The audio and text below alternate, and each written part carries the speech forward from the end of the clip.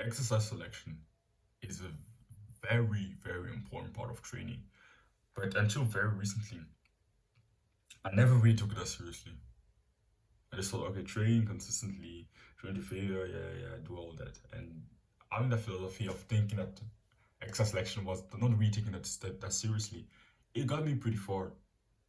But when I started actually understanding the importance of it and really understand how to select the right exercises and put them in the right place and really focusing on being able to recover and all those things, it really helped take my training to the next level. So that's what I want to talk about today and really teach you the main things that when I understood them really made my training more productive when it comes to exercise selection. First thing is I focus on only doing 4 to 8 sets per muscle group per week. So I only do 2 sets per exercise. So I only do in total, on average, I would say 4 sets per muscle group per session. But on some muscle group, I'll just do 2 sets, like rotator cuff or things like that. So I focus on hitting, but when it comes to those two exercises, I don't just repeat the same motion but just doing a different exercise. For example, I could do flat bench press and this just go straight into flat push-ups. But that isn't actually such a smart thing because it's pretty much the same exercise. But just on the push-up, you're moving your body weight in it, like more body weight, and on the flat bench press, you're moving the barbell. But actually doing two exercises that hit the same muscle group but in different angles or more or in a different motion. Because flat bench press and push-ups and flat push-ups is basically the same movement. Different exercises but same movement.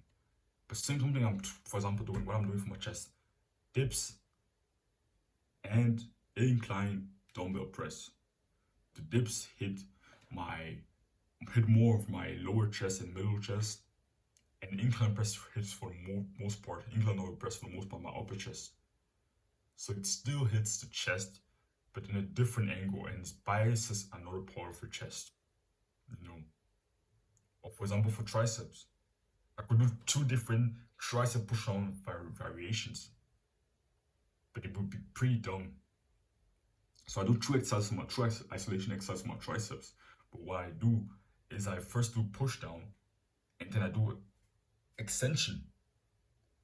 Put the push down hits more of biases the short head of the tricep, and the extension biases the long head of the tricep. So they both hit the tricep, but they both bias different parts of the tricep. But if I did 2 different tricep push-down variations, it would be pretty much useless. It wouldn't be such an amazing idea.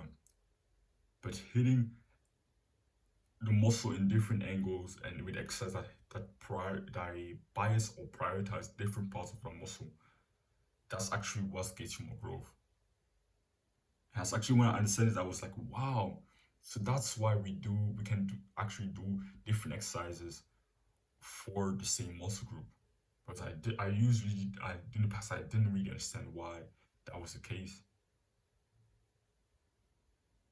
But hitting, like for example, if I did hack squat, and then went straight to zombie squat, that would be pretty dumb. Or also, I won't say dumb. It would still be effective, but at least for me, my philosophy right now, it's just if I want you to repeat or train the muscle group with 2 different exercises, actually, I want them to be a little bit different, to be a difference there, to be a difference in how they bias the muscle or the angle or the motion just in general. So for legs, I do zombie squat, and then I also do deficit Bulgarian split squat.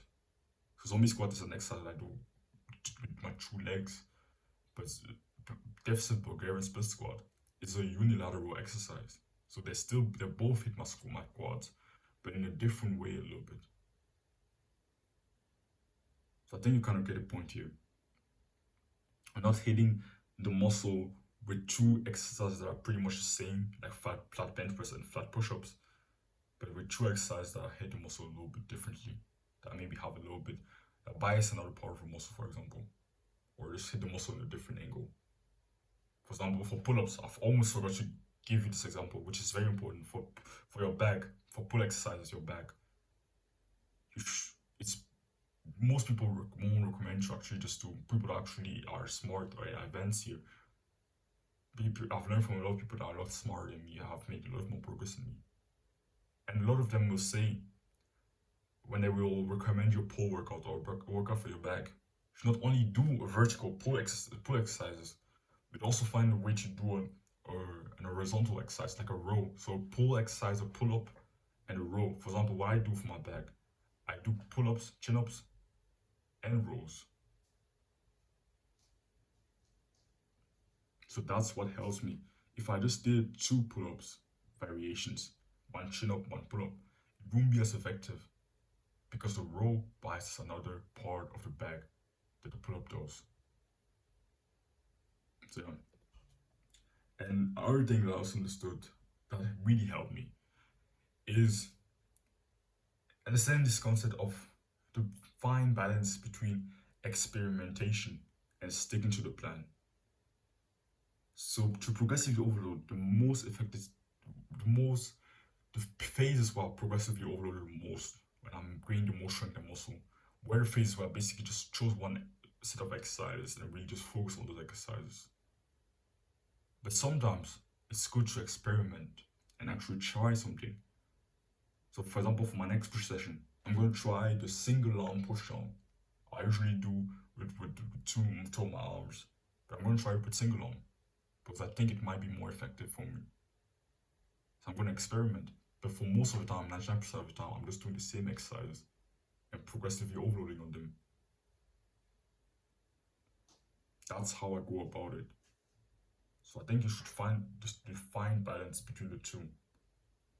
You can experiment from time to time, but for most of the time, you want to stick to the routine that you have.